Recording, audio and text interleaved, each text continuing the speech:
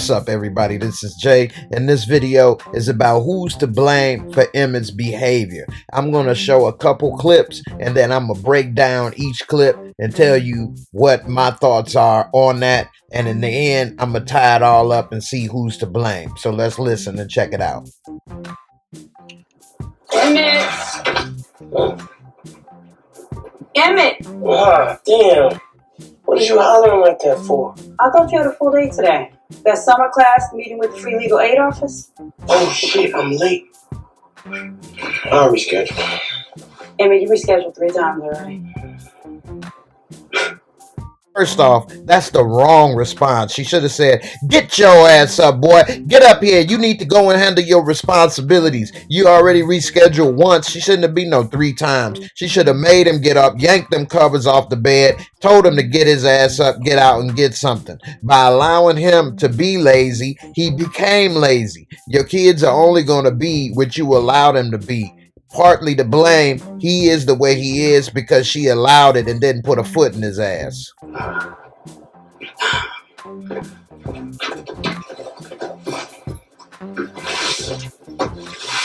Where you going? Moving. I found a really nice 1-bedroom. Thought we was moving next week. Wait, a 1-bedroom? What? Instead of teaching him some discipline and how to be a man and to go out and take care of his responsibilities, she's going to just abandon him, move into a 1-bedroom, and then she figures that by him being out on his own, he'll just magically find a way and gain all these skills that he was never taught since the beginning. You can't just magically become responsible. If anything, she's lucky he doesn't become a drug dealer or murder or rob somebody trying to survive. You serious? Very. 2 months ago, I said you needed to find your own place. A month ago, I told you again, you need to find your own place. A few weeks ago, I said it again.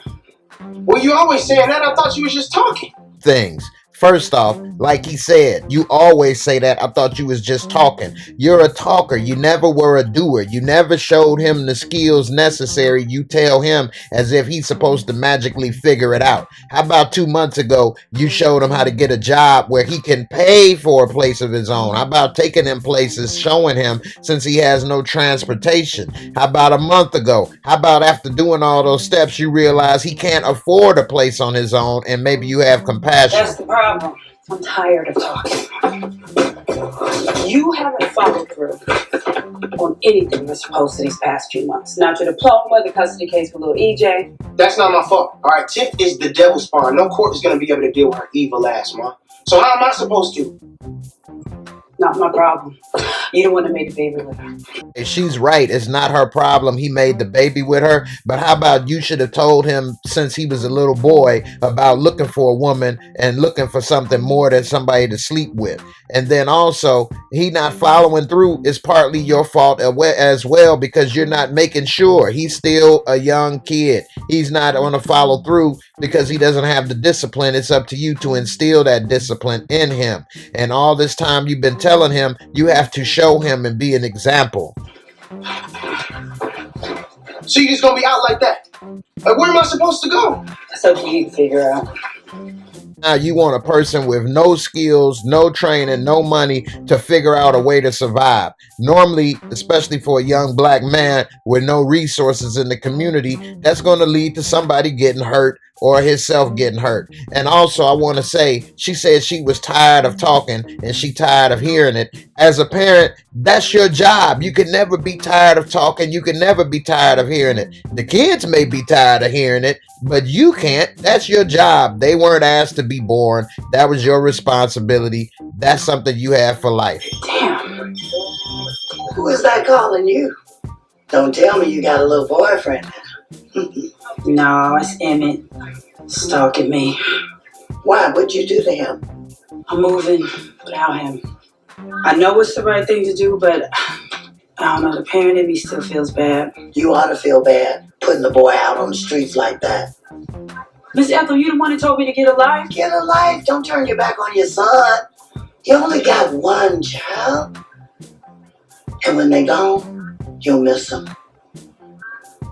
Couple points. One, she thought it was the right thing to do when Miss Ethel schooled her and let her know you can get a life. That doesn't mean abandoning your child. And if you had a man and he didn't accept you for who you are with your child, that's not the right man for you. If you're looking for a man and he doesn't accept you for who you are with your flaws and your upbringing and everything shortcomings, then that's not the man for you. And the same for women. If you don't accept him for who he is, and then they're just not the right person for you.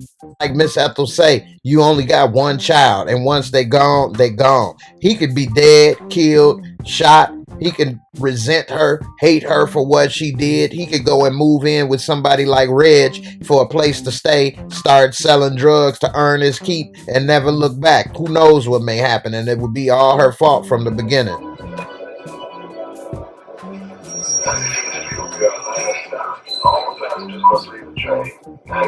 Fine. Gotcha. What's up? What now? Oh, my sister said loose cussing that baby. I swear to God, we really gonna fuck you up.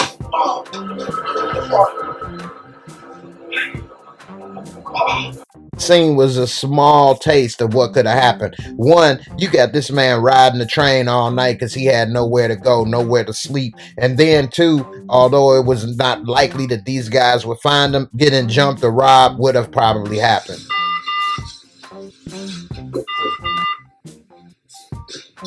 Yes, who is it? Ma, it's me. Let me in. Emmitt, what do you need? Ma, why are you talking to me like I'm a stranger? And she's wrong. She won't even talk to him face to face as if he stole from her, as if he was a drug dealer or hanging out in the hood or guns or something. You talking to him, he's irresponsible, and that's because you didn't instill that into him from the jump. In the end, that finger she pointing at him is FOMO coming back at her. Ma, look, you were trying to teach me a lesson, and I get it. All right, but it's time to stop playing. I need a place to stay. Emmitt, if I'm always there for you to fall back on, you'll never take care of business. Actually, that's the exact opposite of what was needed. You needed to be there to fall back on so that he can, till he's able to get on his feet completely. You should have been there to show him responsibility, hold him accountable from when he was a kid, taking out the garbage to making sure he do his homework on time, to being there for him when he's wrong, to provide tough love every step of the way, not after it all piles up and you're frustrated to just kick him out the house and say, figure it out. How can he figure it out when he has no clue where to start? All he's going to end up doing is find somebody else to lay on the same way he was laying on you, because that's all he knows. He has no other job skills or idea. You should have told him to aspire for more than working at Sonny's Chicken Shit for a career or a job. He has no long-term goals other than cheap nickel and dime hustles. That's all from her from the That's get-go. bullshit, ma. That's bullshit. I slept on a train last night. I got my ass kicked by Tiff's brother. I'm your son. I'm the only one you got. You shouldn't be doing me like this. Emmitt, I can't. Ma, let me in. After your son tells you this story of him sleeping on the train, you know how dangerous it is in Chicago. You know he's not a bad dude. You know, although he may have some problems with women, that's just because he was taught to lay up on women, and that's what his goal in life was. That's how he figured, if I lay up on the right woman, I can get by in life. That was taught by him being babied by you, being able to lay up on you, and then being able to get by in life thanks to what you taught him. So that's all he knows. Whereas if he would have had that strong discipline and tough love from the get-go and taught to stand on his own too, he would have never did that. But after telling you this story, he got jumped. He could have did this. You could have lost him. He could have died. And for what? Because you want to find a man and get a life of your own? Your child is your life. You can't disown him. Even when he's successful and 50 years old, he would still be a part of your life. That's just the facts. That's just why you shouldn't have kids at a young age. Let me in. Ma, let me in. I'm sorry. Ma, I'm fucking homeless.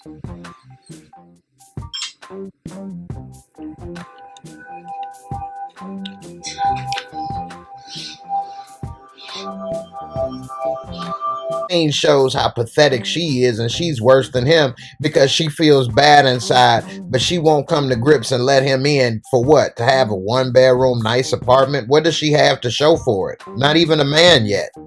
Shows us, the viewers, where that selfish behavior comes from.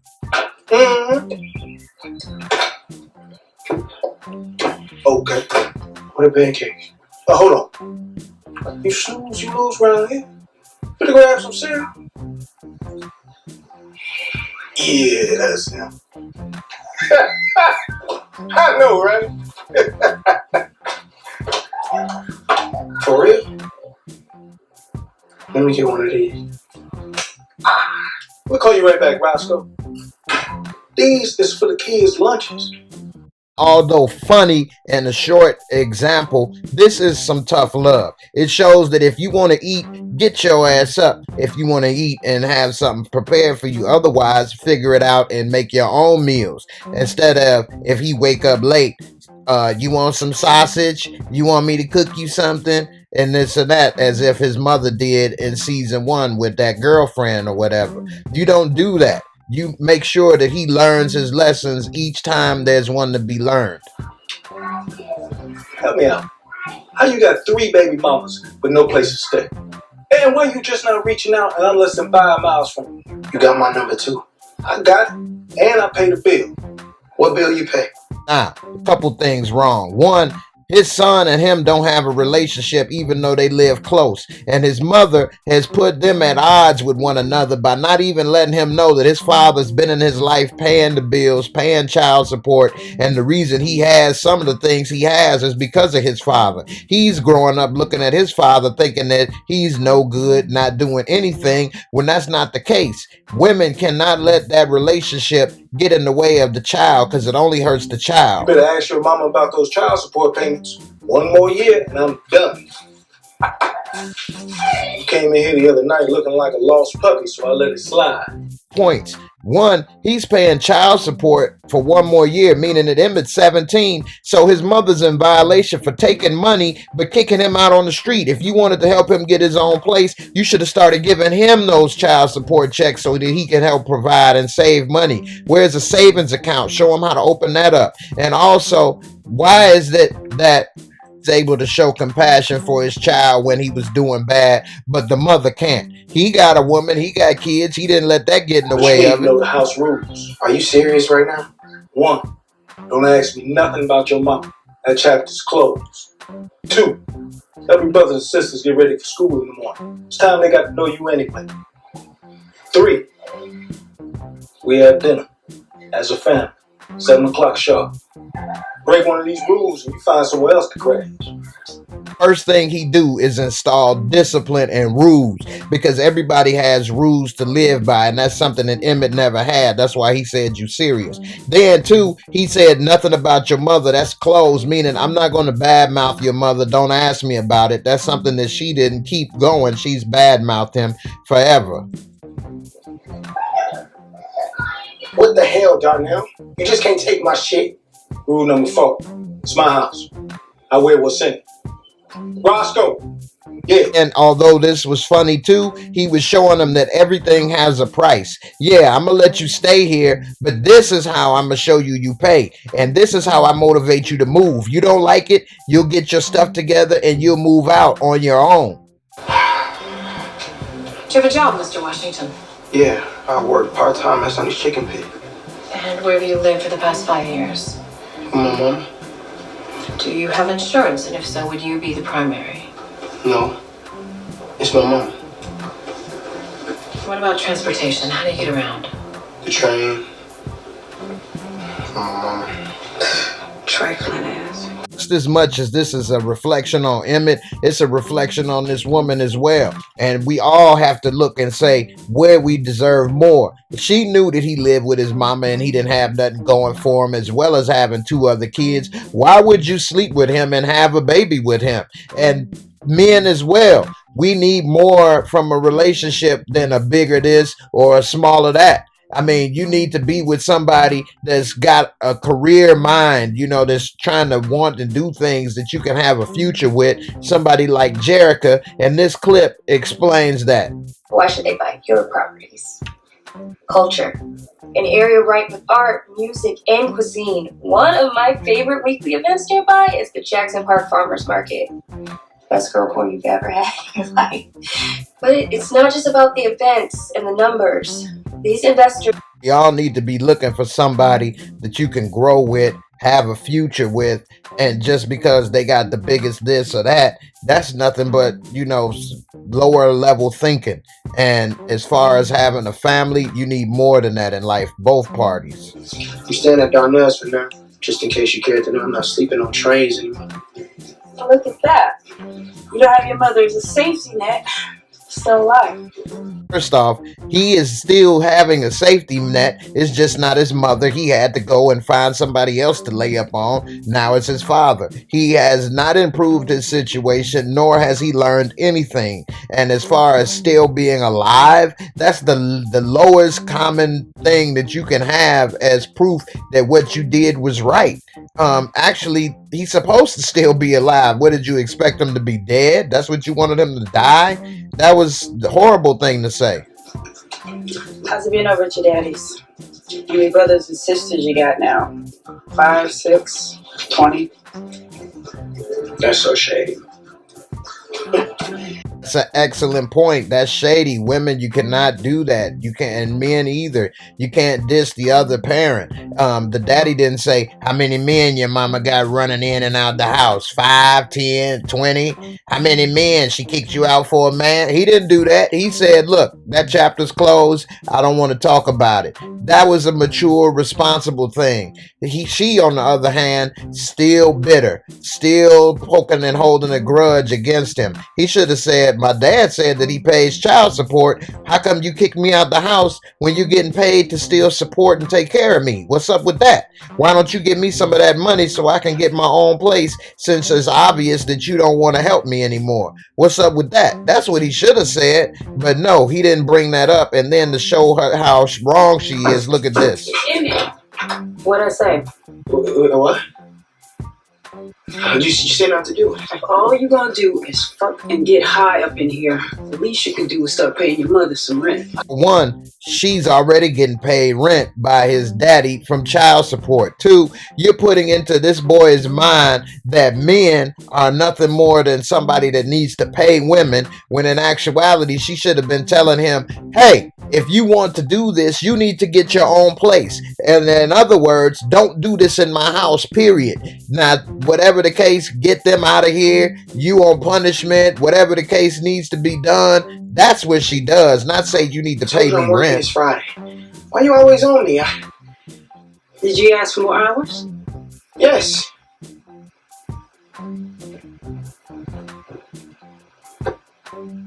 What's your name, girl? Who you talking to? What's your name, girl? Keisha? Keisha. You hungry, Keisha? You want to stay for breakfast, Keisha? No. You like bacon, Keisha? Yeah? Shut up. Too bad, because the sausage was on sale. So that's what we having.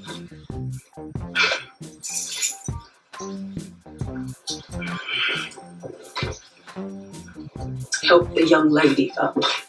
This is a difference of tough love from the father versus the mother. When he was slacking and didn't get up for breakfast at his father's house, you snooze, you lose. Figure it out. When he was slacking in his mother's house, she's sitting here getting ready to cook sausage for this girl. That girl didn't need sausage. She just got sausage from him. And also, she's talking about Sonny's chicken pit and getting some more hours. She should have told him, you need to find a better job. You need to get a better education. This is what needs to be done. Not sitting here talking about help the girl up and doing this, doing that. She should have said, this girl need to get the hell out of my house. You need to get yourself together. I'm going to take you to your GED classes and pick you up and make sure you do, because you're still a minor and that's my job to make sure I help you become the best person you can be. That's what she should have done. Now, what I'm going to say, this is my final thought and it's just my opinion, but Me as a single father, I've been taking care of my son since he was 10 months old. And one of the things that I've always tried to do is always have love and compassion, but also tough love. And you can't start when they're 15 or 17. You have to start from really birth. And when they were 2 years old, you got to smack them or give them the whooping or whatever when they was wrong. Like it said in the Bible, spare the rod, spoil the child.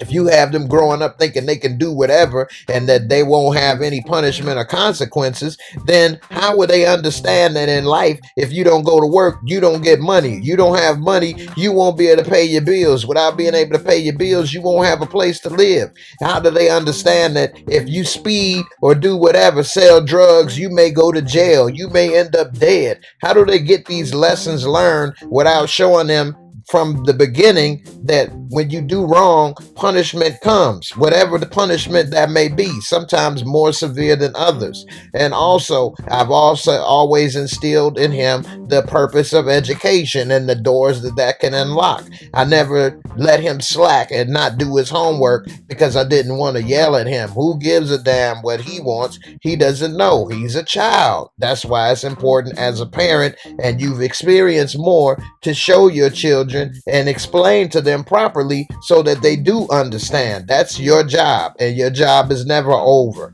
Maybe when he's 50, if our Lord willing, I'm still alive, he may need advice on something else, because as a parent, you'll always be older than them. You'll always have more experience than them. You'll always go through some things before they do. And so even bad experience can be used as a good experience, because they learn, hey, somebody I know, whether it's my father or friend, did it this way, and this is how it worked out for them. Maybe I want to try something different. That's a good experience. That's something that you got to share. You don't just kick them out on the street and say, figure it out. If he hasn't figured it out all this time with barely your help, how is he going to figure it out with no help at all? All he's going to do is continue to do the same thing he's been doing. One of my viewers left a great comment on one of my other videos saying back in the day, if a man was old enough to have a child, he was able to go out on his own and find a way and be a man. That society is over. Without education, you can't get a job to take care of your family like you was back in the day, where you can go and get a job like at the post office or at UPS or something like that, for example, where it requires not much education, and you can still earn a good living and take care of your family and even retire one day. Those jobs don't exist. They're part-time jobs now, and it takes fewer jobs now than it did then. Before, it took 1,000 people to run a post office. Now, with the automation, it takes fewer people, and you need more education to be able to do these jobs. So with just not even a GED, you're not going to get those jobs. It's more people competing to get these jobs, and it's a more higher skilled labor force. And so why would somebody hire him at 17 without even a high school diploma, when you got people in their 20s and 30s with college education looking for the same job now? It's just not going to happen. And also, you have to put together 2 jobs. She could at least help him get a car and then maybe a driver's license, and he could have drove for Uber or Lyft or something, some type of start where he could start to save money, teach him about how to get a bank account, savings account, something so that he could start to grow, save money, be able to provide for his son, do something. You can't just kick him out with nothing, no resources. He didn't even have a suitcase. This boy had 2 garbage bags. That's all he had. And you were fine with that? That's ridiculous. I know this is just a TV show and it's not real, but these examples are real. And we all know somebody that has been in this type of situation one way or the other. And it's just, that's the problem. So before we look at the person that is messing up and blame them, we have to look at all the extenuating circumstances surrounding it and realize that, hey, maybe it is more than just their fault. Maybe more people are responsible for the way this person is going through life. In the end, I want to thank everybody that support my videos at patreon.com. Without your support, I wouldn't be able to grow my channel the way I have. Thanks for everybody that's subscribed. If you haven't already, please do so. Hit that like button, and I'll see you on the next video. Peace.